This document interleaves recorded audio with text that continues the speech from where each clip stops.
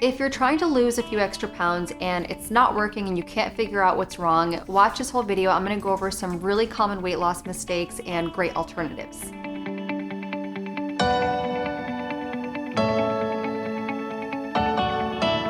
Hey guys, it's Dr. Mona, and in today's video, I want to talk about healthy weight loss and common weight loss mistakes. So this video is really for anyone who truly feels they have a few extra pounds to lose.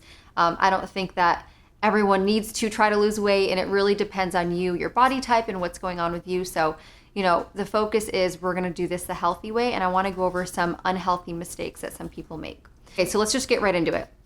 The first common mistake that I see a lot of people making that I also made years ago was the kind of like low calorie food. So when you see something that's fat free or sugar free, in my mind specifically, what's like popping up is those like little cookie packs that are like 100 calorie Oreos or like chocolate chip cookies or Cheez-Its. I used to die for those and I would eat them all the time. So let's go through each one and why they're bad.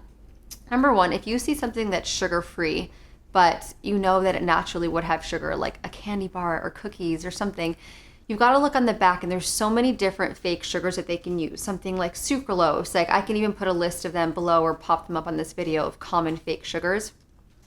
Even though that can be classified as sugar-free, it doesn't mean that your body isn't still going to have the same response that it normally would to sugar. Fake sugars like that are known to still trigger an insulin response, glucose in your blood, so you're still going to get that same effect and maybe even worse because you're putting something fake into your body. This is always where I say I would much rather eat a banana, a piece of fruit that has natural sugar along with vitamins and fiber, versus something that's fake sugar that you think is maybe doing you like good, but it's actually doing you harm. So truly, like, I encourage you guys to look this up. You can read about it and you'll see. Don't be fooled by that. The next one I want to talk about is fat-free. So this is actually a really interesting one. I remember this literally from biochemistry while I was in pharmacy school. This fact has stuck in my head. I remember exactly where I was sitting in the lecture hall when my teacher was talking about it. So companies can do this really messed up thing where basically they will take a fat molecule and break it up into like 3 different parts or 2 different parts. Now, when they do that and put it into the food, it's technically considered fat-free because it's not really that fat molecule. But when you eat this food, those molecules will end up forming back together to whatever compound they were at, and then they will form a fat in your body. So just because sometimes it says fat-free on the label of something doesn't mean that it's going to be fat-free when you eat it. Now, this is not meant to scare you. When you are like referring to real, clean, whole foods that are naturally fat-free, then you are fine. This is like more of those snacks. It's really obvious to tell, honestly. If there's a donut that's got frosting and sprinkles and it says sugar-free, like you've got to think there's something going on there. And if it was manipulated that much to become sugar-free, it's not good for you.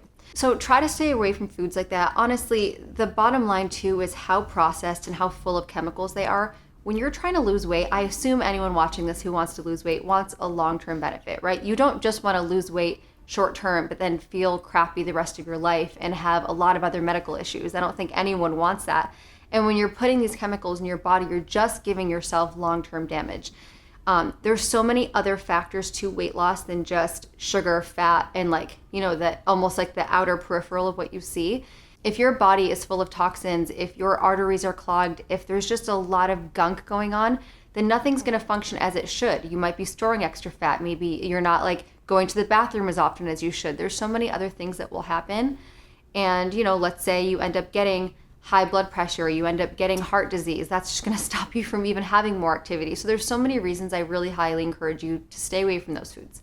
The next thing I want to talk about is any of those crazy diets where you basically deprive yourself. So let's say you're even eating pretty clean or whatever, but you're like, I am only going to have 1 banana in the morning, egg whites for lunch, and a sweet potato for dinner. Like, okay, those are still pretty clean foods, whether you're plant-based or not. But I promise you, you will not be able to do that your whole life. I've also been there, so I'm talking from personal experience. You can't do that. If there's a diet that you don't think you could truly sustain for longer than 3 to 6 months, do not waste your time on it, because I assume you want results longer than 3 to 6 months. And let's say you are able to manipulate your body or get yourself to a weight you want, you're gonna crack. Everyone is, you're only human.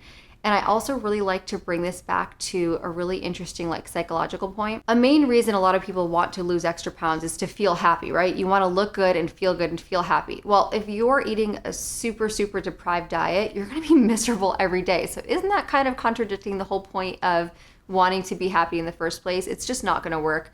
I've tried the diet before. I lasted like 2 weeks where I was like, telling my trainer I couldn't get like my love handles. They just like, I couldn't get them to go away. So I was eating just like the same 4 foods every day. I literally didn't last 2 weeks. It's like, I don't care. So, okay. Another point I want to make, a common mistake is starving yourself. So this one, I also encourage you guys to look up what happens when you starve yourself. So if you think, you know what, I'm just not going to eat a lot. I'm going to go into a strict calorie deficit and I can do it. Even if you have the willpower to do it, basically what happens is when you're starving yourself, your body goes into starvation mode. And when it's in starvation mode, it's like, I need to survive, and it needs fat to survive. So it's literally going to hold on to any of the fat that you have in your body so that you don't die. Your body's constantly like trying to figure out ways to survive and make the best of every situation, like intrinsically, which is pretty cool. I've actually had a close friend who was eating so little and just like eating nothing, and she couldn't lose like an extra 40 pounds. And it's because her body was in starvation mode. So just think about that. Like, it's another thing besides holding on to fat. It's also just not good for you long term. You're going to damage your joints, your bones.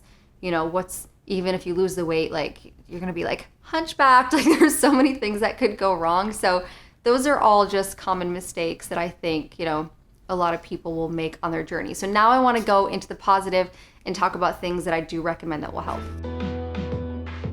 Okay, so now let's talk about what really does work for diet and weight loss, what's really going to work for long-term sustained benefits, and it just gets down to the basics: clean eating, healthy eating, and exercise.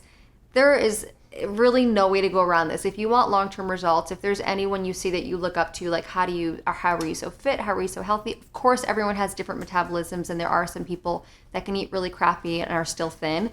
But, for the people who are very healthy, it just has to become your lifestyle. So eat clean, whole foods. I'm talking about like one ingredient on the label: potato, carrot, rice, quinoa, like whole grains, lentils, barley, mushrooms. Like just learn to eat, even if you're not plant-based, getting like wild fish, like broiling it plain. Learn to just like the taste of food like in its whole like state. Don't cover it up with so many sauces. That actually gets into the next thing.